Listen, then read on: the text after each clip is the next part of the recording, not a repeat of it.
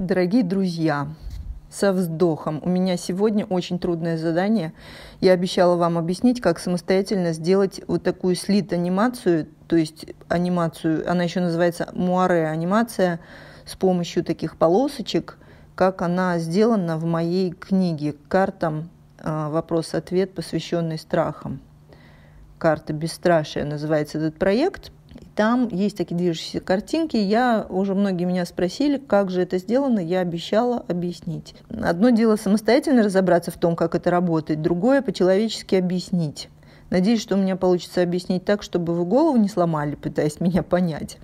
Итак, чтобы на листе что-то зашевелилось, вам нужно сделать специальную картинку. А еще нужно сделать специальную сетку из линий, которая будет распечатана на прозрачной пленке. И все это заработает только если вы распечатаете пленку и бумажку совсем без искажений. Потому что важно, чтобы толщина линий на пленке точно совпадала с толщиной промежутков между линиями на бумаге. Еще важно, чтобы все это было не разглажено. Не используйте, пожалуйста, во время вырезания этих полосок в вашей графической программе разглаживания. Именно по этой причине не работают несколько существующих программ для создания таких анимаций, которые написали какие-то умельцы. Они на самом деле разглаживают картинки, прежде чем выдать их пользователю. И в распечатанном виде это получается не очень хорошо. Итак, опыт показал, что лучше всего это работает с черными пятнами. Причем чем толще и гуще пятно, тем лучше будет видно анимацию. И максимум, что хорошо видно, это 4 фазы. Соответственно, вам для начала нужно нарисовать 4 фазы картинки и расположить их в графическом редакторе со слоями друг над другом в правильном порядке. 1, 2, 3, 4. Вот в каком порядке лежат, в таком и будет оно анимировано. Теперь вам нужна сетка. Для создания сетки вам для начала нужно нарисовать полоску, которая разделена на 4 одинаковые вертикальные полоски. Ваша черная полоска будет занимать 3/4 от вашей полосы, а белая часть 1/4. Если речь идет о печатной продукции, то хорошо работают линии толщиной 0,4 мм. Или можно взять для удобства, скажем, полмиллиметра.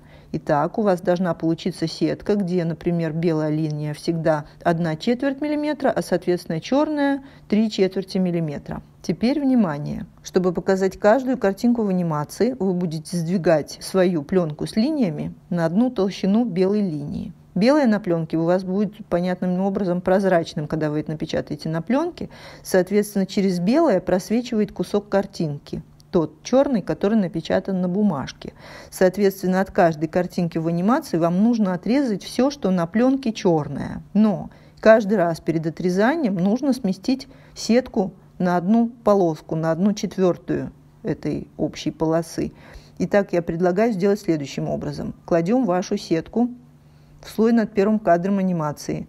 Копируем слой с сеткой, смещаем его ровно на одно деление. Передвигаем этот слой так, чтобы вторая сетка оказалась над вторым кадром анимации. Повторяем то же самое еще 2 раза. Еще раз копируем слой, уже второй, понятное дело, потому что второй уже смещен на нужное количество миллиметров в бок. Еще раз смещаем все на одну полоску. Еще раз перекладываем слой так, чтобы он лежал над третьим кадром анимации. И повторяем это еще раз, чтобы получилась та же самая пара для 4-го кадра анимации. Теперь отключим вообще слои с самой анимации и посмотрим на слои с сетками. 1, 2, 3, 4. Каждый находится на одну полосочку правее. Можно, конечно, все это смещать влево, тогда анимация будет двигаться в нужном направлении при движении влево. Теперь мы делаем следующее. В первой паре слоев пара – это нужный кадр анимации плюс слой с сеткой для этого кадра. Маркируем все черное на сетке, обязательно без разглаживания. Переходим на слой с картинкой анимации в этой паре и отрезаем от нее все выбранное.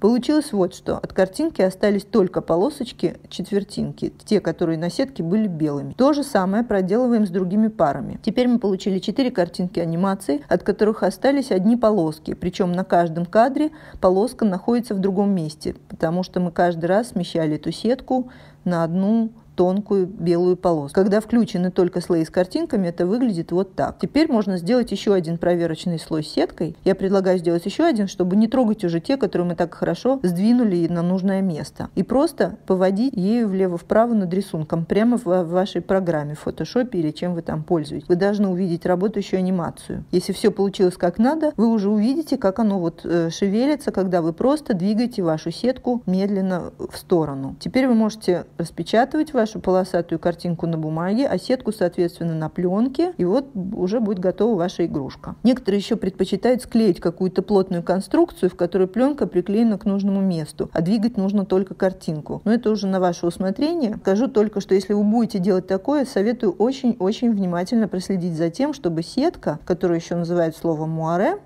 была расположена строго вертикально. Или, по крайней мере, чтобы она была точно под тем же углом, как и картинка. Линии на бумаге и на пленке должны быть совершенно параллельны, иначе ваша анимация будет видна кусками и не будет работать чисто. Я надеюсь, что вам удалось что-то понять из моего описания. Желаю всем приятно помучиться.